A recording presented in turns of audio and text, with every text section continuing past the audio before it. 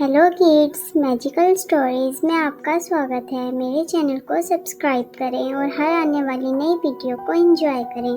परियां और इंसान एपिसोड 2। सारे इंसान आहिस्ता आहिस्ता जंगल के दरख्त काट रहे थे। परियां बहुत परेशान थी कि अब उनके रहने का ठिकाना कहाँ होगा। वक्त गुजरता गया और आहिस्ता आहिस्ता बच्ची बड़ी हो गई। बच्ची का नाम परवशा था। परवशा 18 साल की हो गई थी और अब भी वो फूल से बाहर नहीं निकली थी। अभी भी परवशा इंसानों का मुकाबला करने के लायक नहीं हुई थी। परियां ने परवशा से सारी बातें छुपाई हुई थी और वो परवशा को बाहर नहीं आने देती थी।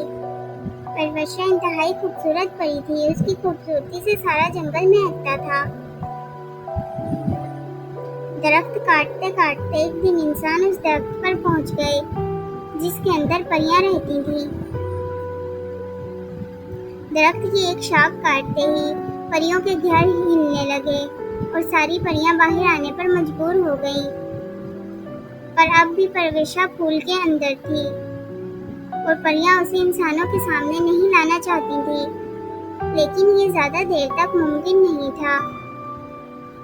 अब सारे आसपास के इंसान जमा हो गए थे और वह सब परियों को अपना दुश्मन समझते थे और उनका नामो निशान इस दुनिया से मिटाना चाहते थे।